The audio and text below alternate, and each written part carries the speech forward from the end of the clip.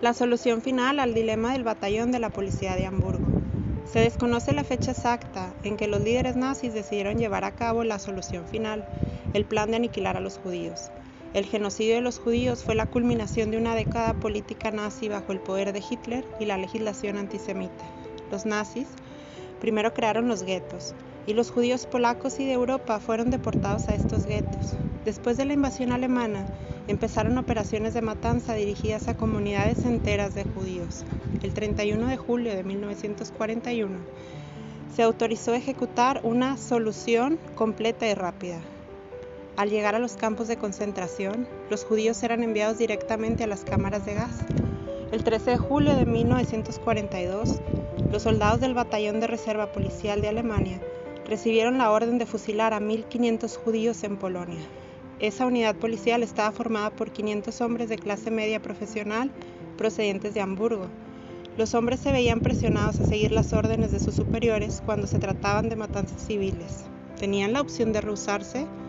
Lo impresionante es que solo una docena de los 500 hombres se rehusaron. Después de la Segunda Guerra Mundial, más de 200 de ellos fueron interrogados judicialmente sobre aquel acontecimiento. La mayoría negaron que hubieran tenido otra opción. En su totalidad, la solución final exigió el asesinato de casi 6 millones de judíos, 2/3 de los judíos que vivían en Europa en 1939. ¿Por qué personas con una vida normal y profesional estaban dispuestos a cometer este atroz acto? He aquí el dilema. Un dilema ético es una situación donde la ética y la moral tienen un conflicto, donde si aplicas la moral, la ética la dejas a un lado, y si usas la ética, la moral la dejas a otro lado. Esto ha realizado demasiadas preguntas sobre cuál usar en estos conflictos que te vengo a platicar el día de hoy. En el caso del batallón policíaco de Hamburgo, algunos policías dijeron que sus superiores no les dieron la opción de retirarse y no tener que matar a ninguna persona. Y otros policías dijeron que en realidad sí podían tomar otra decisión. En estos casos tampoco podemos juzgar, no sabemos la total verdad, solo una aproximación, y con esto se crea otro conflicto entre lo ético y lo moral. Estos casos se consideraban dilemas éticos, ya que los nazis, si bien estaban obligados a matar gente para mantenerse con vida, aún así tenían la opción de negarse a asesinar. Disponían de pocas opciones, pues básicamente su vida diaria era matas o te matamos. Ellos eran obligados hasta cierto punto, pues siempre tuvieron la opción de dar un no como respuesta, y si este era el caso, ¿por qué no lo hicieron? Aquí muchas personas entrarán en debates sobre decir si eran buenos o malos por el hecho de no negarse. Yo en este instante me encuentro en un punto medio. Nunca vamos a saber quiénes fueron los nazis que de verdad asesinaban por puro placer y satisfacción, así como nunca vamos a saber quiénes eran los que solo seguían las órdenes por miedo a morir. En este momento tú puedes decir de manera muy noble, yo sí me hubiera sacrificado, pero esa es una respuesta que ni siquiera tú sabes con certeza, porque nunca has estado bajo la presión de tener un arma en la cabeza y que te den esas dos opciones, o los matas o te matamos.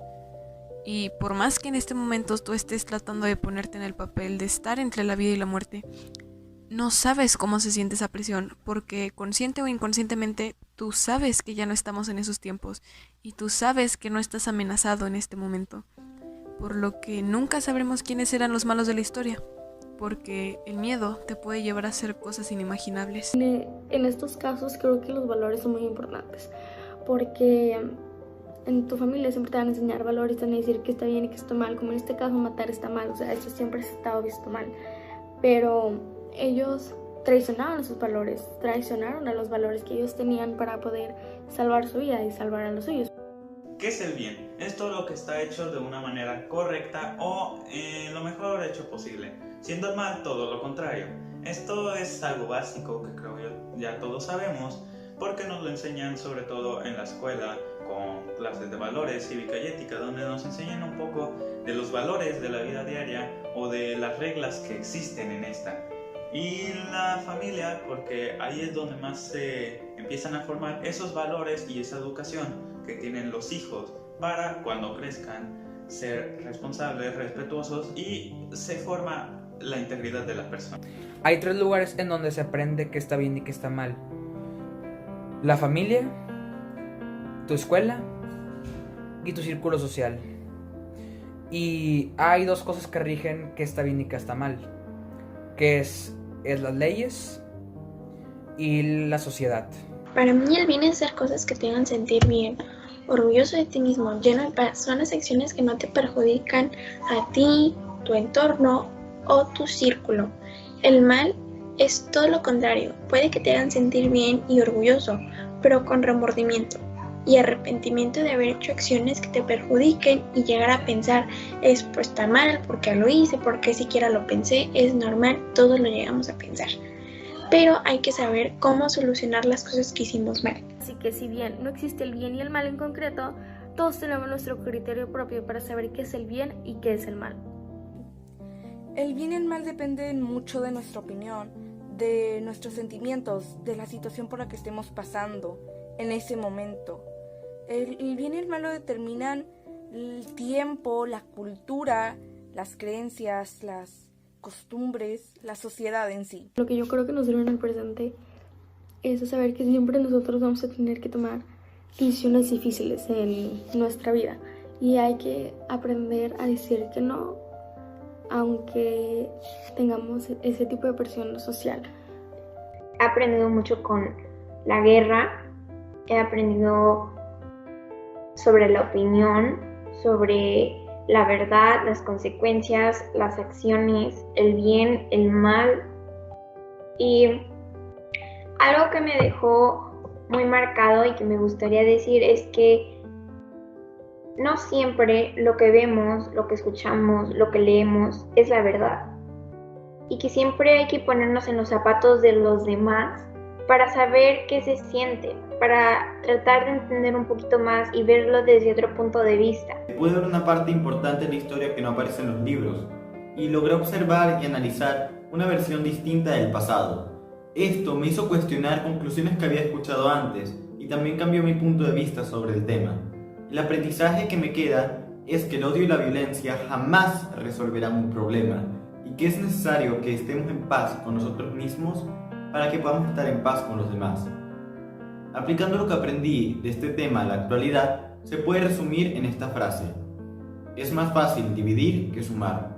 Digo esto debido a que fácilmente un solo post o palabra en internet puede crear mucho odio, discriminación y violencia.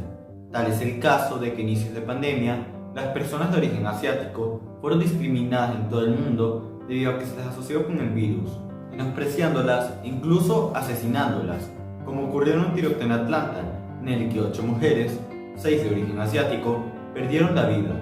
Creo que si dejáramos de etiquetar a las personas por sus acciones y viéramos a las acciones como son, pudiéramos buscar el origen real de los retos y de los problemas o dificultades a los que nos enfrentamos y podríamos hacer un cambio real, un cambio que realmente impactara y que no nos llevara a estar repitiendo nuestra historia año tras año tras año.